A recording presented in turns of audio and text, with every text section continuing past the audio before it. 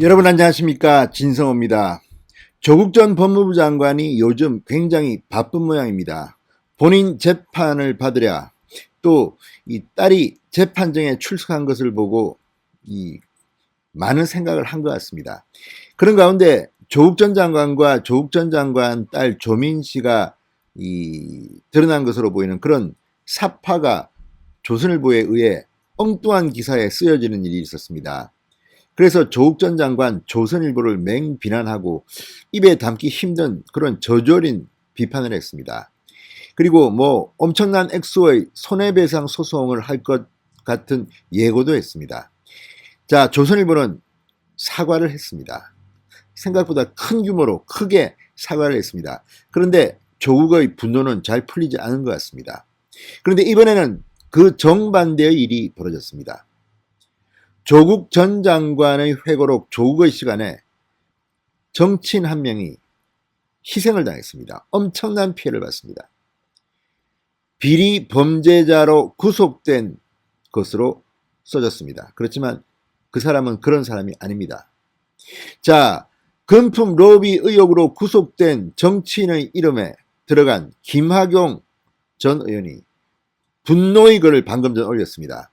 자, 조국 전 장관 조선일보 보고는 그렇게 맹렬히 비판하면서 자기는 이거 뭐 하는 짓입니까? 자, 조국의 이런 모습을 보면 정말 내로남불의 끝판왕이라는 별명이 틀리지 않았구나 하는 생각이 듭니다. 또 조국 전 장관은 최근 자기 전화번호를 공개한 어떤 유튜브를 맹비난했습니다. 그렇지만 조국 전 장관은 이 광주의 카페 사장을 비판하는 그런 내용의 기사를 링크하면서 그 광주 카페 사장이 전화통이 불이 났다고 합니다. 그래서 아예 자동 응답으로 바꿔버렸다고 합니다. 문자 테러, 전화 테러에 분노하고 있습니다. 자, 이걸 봐도 조국 전 장관은 정말 자신은 이렇게 마음대로 다른 사람의 피해를 줄 수 있는 행동을 하면서 좌표찍기를 하면서 자신이 당하면 이렇게 분노합니까? 물론 조국 전 장관과 조국 전 장관 딸의 이 모습이 담긴 사파를 잘못 쓴 조선일보의 책임은 큽니다. 분명히 반성해야 합니다. 조선일보도 역시 정중하게 사과하는 글을 올렸습니다. 인터넷 사이트에도 상당히 비중 있게 눈에 띄는 자리에 이걸 올렸습니다.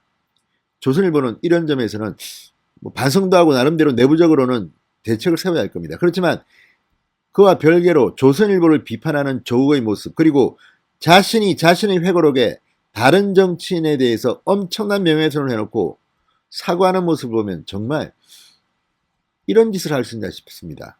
자, 어쨌든 김학용 전 의원이 폭발했습니다. 진성호의 융단 폭격 시작합니다.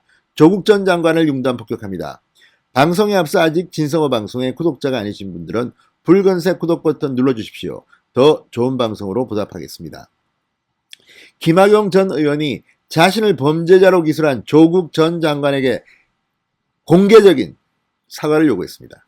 조국은 최근 출간한져서 조국의 시간에서 금품 로비를 받아 유죄 판결을 받은 신학용 전 민주당 의원과 관련한 이야기를 쓰면서 신학용 이름 대신에 김학용이란 이름을 썼습니다. 신학용 자리에 김학용을 넣어서 김학용 전 의원이 마치 금품 로비를 해서 구속된 것처럼 이렇게 쓴 겁니다. 자, 이 책을 본 사람, 김학용이가 아니 금품 로비 뇌물 받아먹고 감옥 갔네 이렇게 생각할 겁니다. 자, 지금 조국 전 장관의 책은 엄청난 베스트셀러라고 합니다. 또 이걸 본 사람들이 다른 사람들한테 말을 전할 겁니다. 김학용 정말 열받을 만합니다. 아니 가만히 앉아서 정말 코백하는 세상입니다. 자, 김학용 전 의원 방금 전 페이스북에 글을 올렸습니다. 조국 전 장관으로 인해 저는 느닷없이 금품 로비를 받은 비리 정치인으로 둔갑했다. 황당한 노릇이다. 명예를 생명처럼 여기고 유권자의 신뢰가 가장 중요한 정치인에게 졸지에 테러와도 같은 폭력을 행사한 것과 진배 없다고 말했습니다. 자, 문제가 된 부분은 검찰 특수부수사를 비판하는 대목입니다.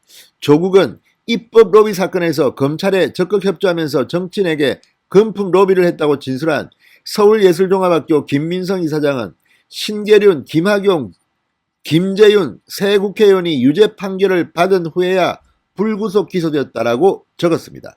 이 책에 이렇게 적혀 있습니다.